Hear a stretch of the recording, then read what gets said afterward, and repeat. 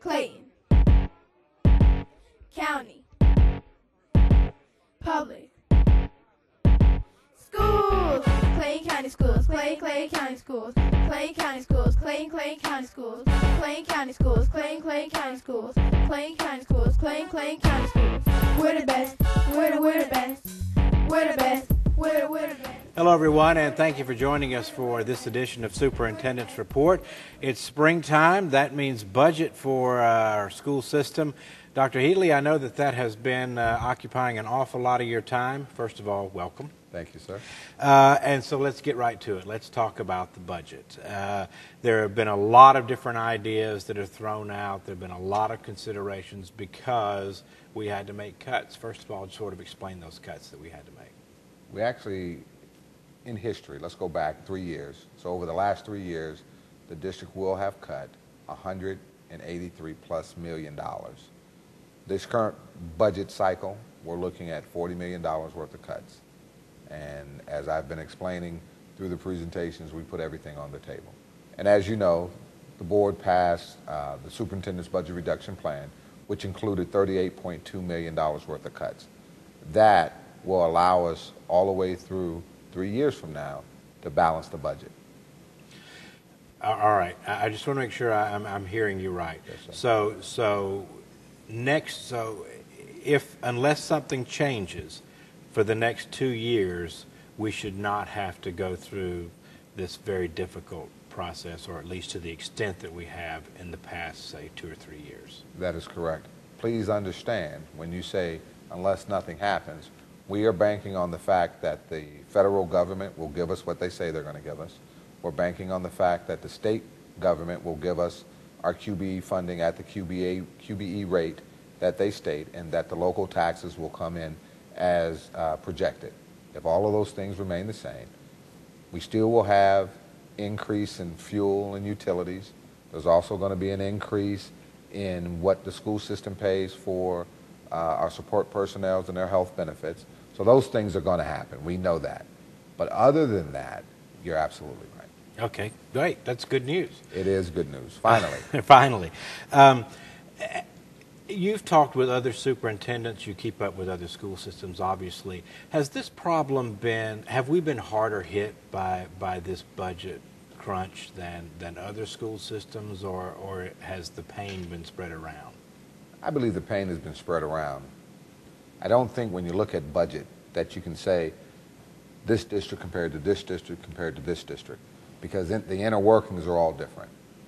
The amount of personnel, what they pay their personnel, what their revenue is, what their local revenue, the types of students they have, all of that changes from district to district.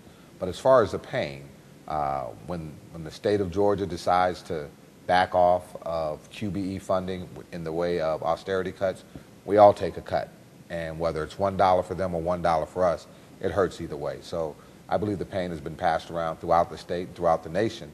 Unfortunately, when it's us, it becomes very personal. And so we've done our best to mitigate those emotional pieces of budget processing and to get us where we are today. Okay. I want to talk a little bit about scholarships. Sure.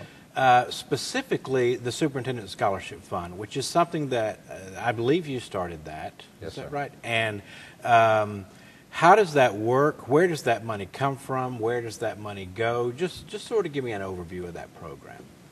The program began because when we got here, we all talked about academics, achievement, and accountability, making sure that the young people in Clayton County were held to a high standard of academics.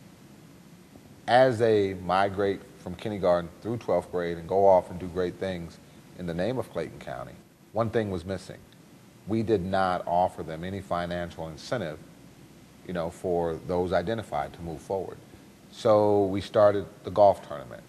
We have a Clayton's Got talent show, and we have a Unity in Community college fair plus step show.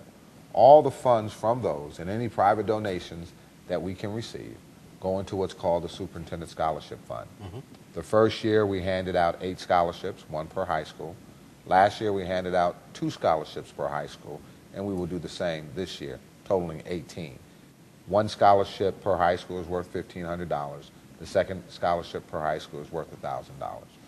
Students fill out an application. Those applications are read by members of the business community as well as members of Clayton County Public Schools. They get together and decide on the winners from each school. Okay. And what kind of criteria are you looking at? Is it academics only? Obviously, I mean, does it involve extracurricular activities? What sort of things are you looking at when you try to identify those recipients? Let me tell you what it's not. It's not just academics. It's not just athletics. It's not just community service. We want every student to apply for the scholarship. It's about where you're trying to go and how you're going to get there and how this money will assist you. If you have straight A's, that's great, but you don't have to have straight A's. If you're a world-class athlete, that's great. You don't have to be.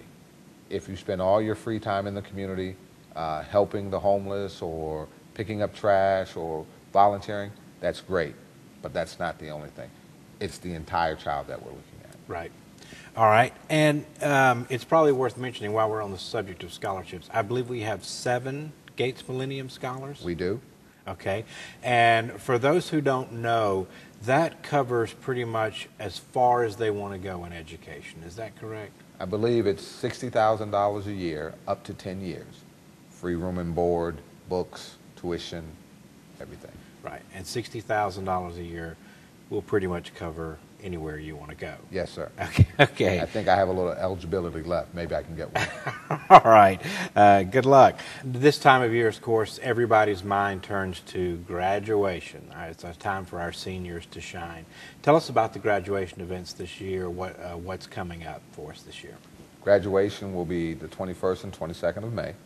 We'll be at the Georgia Dome. We like the Georgia Dome for specific reasons. It's climate controlled, unlimited seating, unlimited parking, and it allows us, in this case, to do 9 graduations in 2 days. That is powerful. And so if I'm the graduate, I'm much more comfortable that as many of my family members can come, and they get to watch my prestigious occasion. And so I think that's powerful. And of course, graduation, a lot of people think once graduation is over that we shut the buildings down and we all go home and take 3 months off. But actually, that's not what happens. Talk to me about some of the things that go on around here during the summer. Well, as you stated, a lot of things go on. So I'll start with facilities. One of the things I always get asked is, Dr. Heatley, you're making all these cuts. How are you guys building or modernizing or upgrading schools? And so the voters of Clayton County voted on what's called a SPLOST, Special Local Option Sales Tax, which gives the district 1 penny on all the sales. Okay?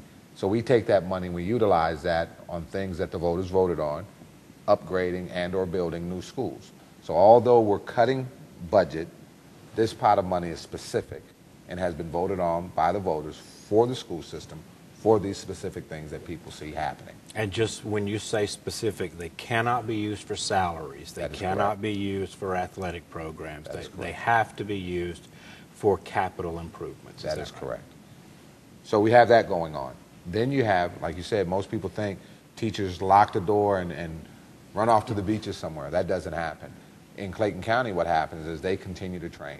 We have our Common Core coming up with the new Common Core standards. There's training that go along with that. They will be spending this summer being trained.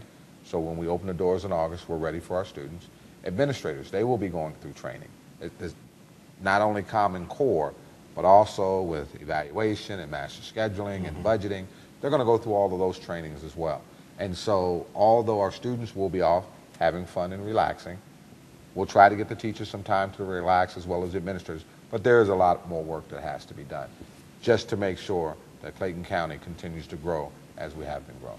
And for those parents who might want a little more information on the Common Core curriculum, that is available online. Just go to our website and you can find the information there on the Common Core curriculum, how that will affect your child's education, and how we'll be implementing that over the next few years. So, Dr. Heatley, thank you very much. My pleasure.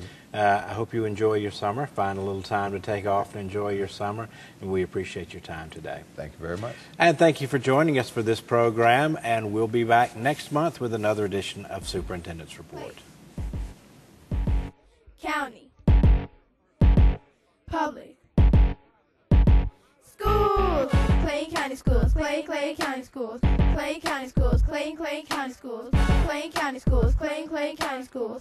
Clayton County Schools. Clayton County Schools. We're the best. We're the best.